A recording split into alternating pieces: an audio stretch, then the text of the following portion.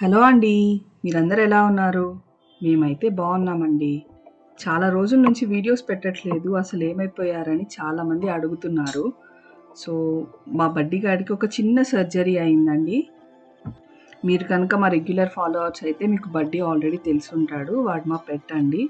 2014 జూన్‌లో తెచ్చుకున్నామండి మేము బడ్డీని. So, almost 10 years దాటిపోయింది బడ్డీ గాడు మా లైఫ్‌లోకొచ్చి. ఇంట్లో కనుక పెట్స్ ఉంటే ఆ ఎమోషనే డిఫరెంట్ ఉంటుందండి. ఆల్రెడీ పెట్స్ ఉన్న వాళ్ళు కానీ, పెట్స్‌ని లవ్ చేసే వాళ్ళకి కానీ నేను చెప్పే విషయం చాలా బాగా అర్థమవుతుంది. ఇంట్లో పెట్స్ ఉంటే చాలా లాయల్ ఉంటాయి. మనము ఇంట్లో ఉన్నా లేకపోయినా కానీ మన ఇంటిని చూసుకుంటాయి అని కాకుండా అవి చూపించే ఎఫెక్షన్ ఇంకా లవ్ అయితే అసలుకి నిజం చెప్పాలంటే మనుషుల్లో కూడా దొరకదండి. అంత లాయల్ ఉంటాయి. అంత ఎఫెక్షన్ చూపిస్తాయి. సో, నేను చెప్పే విషయం అయితే పెట్స్ ఎస్పెషల్లీ డాగ్స్ ఉన్న వాళ్ళకి చాలా యూజ్‌ఫుల్ అవుతుందండి ఈ వీడియో. కాబట్టి ఈ వీడియోని లాస్ట్ వరకు ఖచ్చితంగా చూడండి. స్కిప్ చేయొద్దు. సో, మా బడ్డీ గాడికైతే 10 ఇయర్స్ కంప్లీట్ అయిపోయిందండి. 9 ఇయర్స్ దాటిన కొంచెం ఏజ్ వచ్చిన డాగ్స్‌కి ఎస్పెషల్లీ డాగ్స్‌కి ఒక చిన్న ప్రాబ్లమ్ అయితే వస్తుందండి. అదేంటంటే అబ్డోమెన్ దగ్గర అదే పొట్ట దగ్గర ఒక చిన్న చిన్న గుల్లలు లాంటివి వస్తాయండి. అవి సిస్ట్స్ అంటారు. అవి నార్మల్‌గా చిన్న సైజెస్‌లో ఉంటాయి. కొంచెం వాటి ఏజ్ పెరిగే కొద్దీ అవి సైజ్ కూడా పెరుగుతూ ఉంటాయండి. మన పెట్స్ కనుక చిన్న ఏజ్‌లోనే ఉండి అవి కొంచెం సర్జరీని తట్టుకోగలవు అనుకునే వాళ్ళైతే మాత్రం అవి తీపిచ్చేస్తే మంచిది అని చెప్పి మాకు తెలిసిందండి. సో, మేము ఫస్ట్ ఐడెంటిఫై చేసినప్పుడు బడ్డీ గాడికి అబ్డోమెన్ దగ్గర ఒక పెద్దది వచ్చింది. దాని పక్కనే చిన్న గుల్లల్లాగా వచ్చాయి. సో, మేము రెగ్యులర్‌గా వెళ్ళే డాక్టర్ దగ్గరికి వెళ్ళి చూపించాం వెటర్నరీ డాక్టర్ దగ్గరికి. సో, తను ఇగ్నోర్ చేయొచ్చు ప్రస్తుతానికి. వాటి వల్ల ప్రాబ్లమ్ ఏముండదు. హార్మోనల్ చేంజెస్ వల్ల వస్తాయి అలాంటివి అని చెప్పారు. సో, ఒకవేళ మీ డాగ్స్‌కి కూడా ఇలాగేమన్నా వస్తే మాత్రం అస్సలు కంగారు పడకండి. ఫస్ట్ అయితే మీ దగ్గరున్న వెటర్నరీ డాక్టర్ దగ్గర అయితే చూపించండి. సో, మేము ఫస్ట్ చూపించాము అండ్ ఒపీనియన్ తీసుకున్నాము. అవి కొంచెం పెద్దగా అయిన తర్వాత రీసెంట్‌గా మరీ కొంచెం పెద్దగా అయిపోయాయండి అవి. సో, దానికి మేము కొంచెం భయపడ్డాము. ఏమన్నా ఇన్ఫెక్షన్స్ లాంటివి ఏమన్నా వస్తాయని చెప్పి. సో, మళ్ళీ హాస్పిటల్‌కి వెళ్ళాము. వెళ్తే అదొక సర్జరీ చేసి తీసేయాల్సి ఉంటుంది అని చెప్పారు. అసలు మనం ఎంత భయపడిపోతాం కదండీ సర్జరీస్, ఆపరేషన్స్ అంటే. సో, అట్లాగే చాలా భయపడ్డాము. మళ్ళీ బడ్డీ గాడికి హెల్త్ ఇష్యూస్ ఏమన్నా వస్తాయా? ఏమన్నా ప్రాబ్లమ్ వస్తదా ఫ్యూచర్‌లో అని చెప్పి చాలా భయపడ్డాము. సో, దానికైతే మాకు ఇనీషియల్‌గా చాలా టెస్ట్ చేయాలని చెప్పారు. 3D ఎకో తీయాల్సి ఉంటుంది. అండ్ అసలు మన పెట్ దానికి ఆ సర్జరీ ప్రాసెస్‌ని తీసుకోగలదా లేదా అనేది కూడా చూడాలి అని చెప్పారు. సో, అవన్నీ టెస్ట్‌లు చేపిచ్చిన తర్వాత మేము మళ్ళీ ఇంకో సెకండ్ ఒపీనియన్‌కి వెళ్ళామండి. సో, ఇక్కడ మాకు డాక్టర్ చాలా తెలిసిన వాళ్ళనమాట. సో, ఆయన దగ్గరకొచ్చాము. సో, మా డాక్టర్ అయితే సర్జరీ చేసి అది తీసేయొచ్చు ఆ సిస్ట్‌ని. ప్రాబ్లమ్ ఏముండదని చెప్పి మాకు సజెస్ట్ చేశారండి. ఈ హాస్పిటల్ అయితే బోయిగూడలో ఉందండి. సో, అక్కడ దగ్గరలో ఉన్న వాళ్ళ పెట్స్ ఉన్న ఫ్యామిలీస్‌కైతే ఖచ్చితంగా ఈ హాస్పిటల్ తెలిసుంటుంది. చాలా ఇయర్స్ నుంచి ఉంది అండ్ ఎక్స్‌పీరియన్స్డ్ డాక్టర్స్ ఉన్నారు. ఇనీషియల్‌గా అయితే సర్జరీ చేసే ఏరియాలో వాళ్ళు నీట్‌గా క్లీన్ చేసి మనకి అనెస్థీషియా ఇచ్చారండి బడ్డీకి.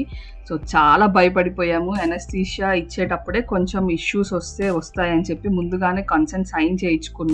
సో, దానికి చాలా భయపడ్డాం మేమైతే. సో, 2 డోసెస్ ఆఫ్ అనెస్థీషియా ఇచ్చారండి. మన పెట్ వెయిట్‌ని బట్టి వాళ్ళు మనకి అనెస్థీషియా అనేది ఇస్తారనమాట. అలాగే వాడి హెల్త్ కండిషన్స్ కూడా చూస్తారండి. ఫీవర్ ఉందా? లేదా? ఇంకేమన్నా హెల్త్ ఇష్యూస్ ఉన్నాయా? అవన్నీ చూసి ఇస్తారు.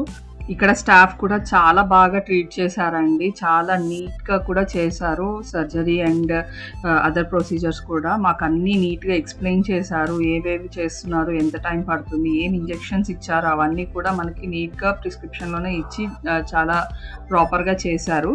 ఇనీషియల్‌గా సర్జరీ చేసే ఏరియా మొత్తం క్లీన్ చేసి అండ్ నీట్‌గా షేవ్ చేసి పెట్టారు. సో, ఫస్ట్ డోస్ ఆఫ్ అనెస్థీషియాకే బడ్డీ ఆల్మోస్ట్ కిందకలా పడిపోయి పనుకున్నాడండి. సో, సెకండ్ డోస్ ఇస్తున్నారు అండ్ ఒక యాంటీబయాటిక్ కూడా ఇచ్చారు. అసలు చూడ్డానికైతే నాకు ఏడుపొచ్చేసిందండి లిటరల్‌గా. అట్లా బడ్డీ గాడు సోయలేకుండా పడిపోయి అట్లా పనుకోనుంటే చాలా భయపడ్డాము మేమైతే. సో, వామిటింగ్ అలాంటివి చేస్తారని జాగ్రత్తగా చూసుకున్నారు. కానీ వామిటింగ్ అయితే చేయలేదండి బడ్డీ. 1 డే బిఫోర్ నుంచే మనము ఫుడ్ ఏది పెట్టకూడదని ముందుగానే సజెస్ట్ చేశారు డాక్టర్. సో, అది అనెస్థీషియా ఇచ్చినప్పుడు కొంచెం వామిటింగ్ లాంటివి అవుతాయి అండ్ హెల్త్‌కి కూడా అంత మంచిది కాదని చెప్పి ఫుడ్ అవాయిడ్ చేయమన్నారు. ఓన్లీ మిల్క్ అండ్ వాటర్ ఇచ్చాము. అది ముందు రోజు 6 లోపలనే మొత్తం కంప్లీట్ చేసేసుకున్నాము.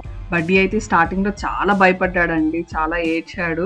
కానీ కొంచెం సేపు అయినాక అనెస్థీషియా ఇచ్చినాక కొంచెం నార్మల్ అయ్యాడు. సో తర్వాత ఇట్లా స్ట్రెచర్ మీద పనుకొని పెట్టి సర్జికల్ వార్డ్కి తీసుకెళ్లారు. సో మనకి సర్జరీ అయితే ఆల్మోస్ట్ 1 అవర్ పడుతుందని ముందే మాకు ఇన్ఫార్మ్ చేశారండి.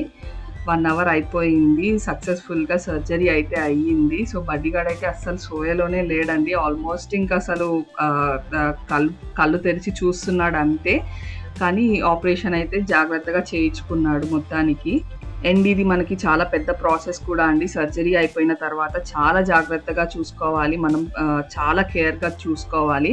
సో సర్జరీ అయిపోయిన తర్వాత పోస్ట్ ఆపరేషన్ వార్డ్కి తీసుకొచ్చాం బడ్డీని.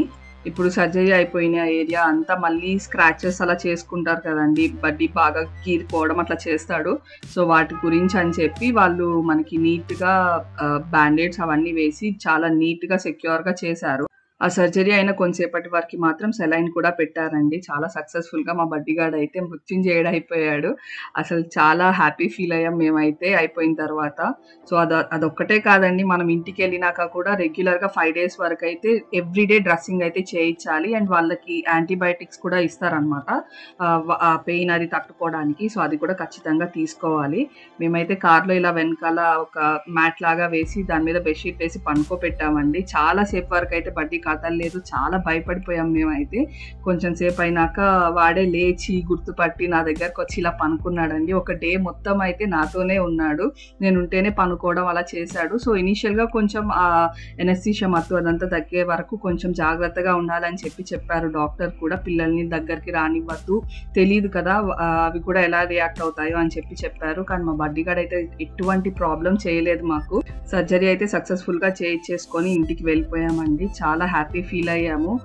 5 days మాత్రం చాలా ఇబ్బంది పెట్టాడు బడ్డీగాడు, బట్ నౌ హీస్ ఫైన్. మా బాబు అయితే స్కూల్ నుంచి వచ్చి చూసి ఇంకా అసలు బడ్డీకి ఏంటి ఇలా అయిపోయిందని చాలా బాధపడ్డారు. పిల్లలకి వాటి పెట్స్కి ఉండే అసలు ఆ కనెక్షన్ అయితే ఎవ్వరం చేంజ్ చేయలేమండి, అంత మంచి ఎఫెక్షన్ గా ఉంటారు వాళ్ళు. ఇప్పుడైతే బడ్డీ చాలా హెల్దీగా ఉన్నాడండి, అసలు ప్రాబ్లం ఏమీ లేదు.